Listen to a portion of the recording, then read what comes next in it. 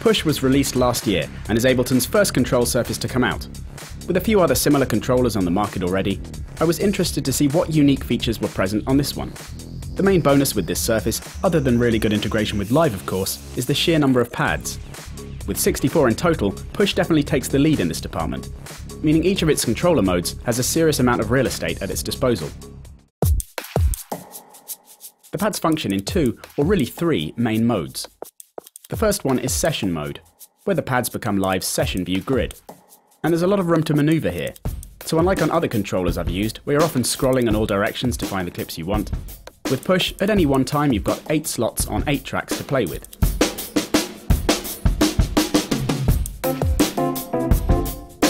In this mode, the buttons to the right of the pad launch rows of clips, or scenes as they're called.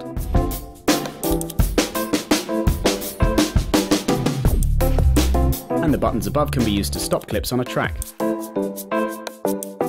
as well as mute or solo tracks.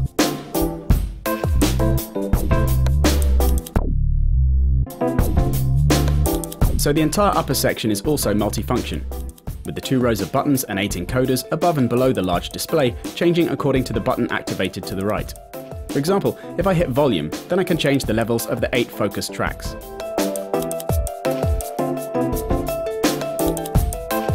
Pan and send scrolls through panning and any sends. And track has all those parameters for the single selected track, with the track select buttons being the ones directly below the display. To edit any devices on the selected track, you just hit the device button, after which the same row of buttons now chooses a device on the selected track, which can then be edited using the controls above. The buttons below can then be used to turn any devices on or off. And the last 2 buttons here switch to clip edit mode, where you can use the select button to choose a particular clip, and then edit it on the display, which allows you to change the level, pitch, and also loop settings. And browse mode, which is nicely implemented, with the display split into sections to show instruments or effects, and then any categories, and finally the preset list, with both the buttons below and encoders above scrolling through the options, and then the green buttons loading them. The other pads mode then is Notes mode, which is for playing MIDI instruments. And the reason I said there were more like 3 pad modes was because the pads behave differently for drum racks in this mode. With drum racks, the pads split into sections, with the bottom left corner playing the drums in the rack, and the strip alongside choosing the range of pads. Then the pads to the right allow you to set the loop length and range. And the upper pads are a step sequencer, with a resolution set by the step size buttons running down the side.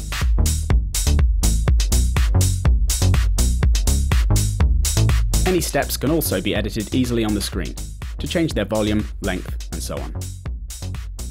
And when a regular MIDI instrument is on the track, the pads work in keyboard mode, which is where Push really comes into its own. Now this 64 pad area becomes a real instrument that's fully customizable any way you want.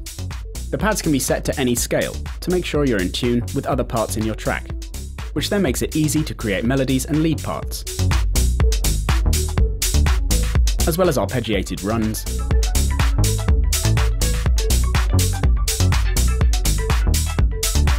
intervals, and chord stabs.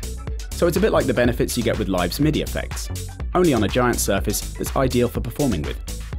And if you want to go off-piste, then you can set the pads to chromatic mode, where they then play all MIDI notes.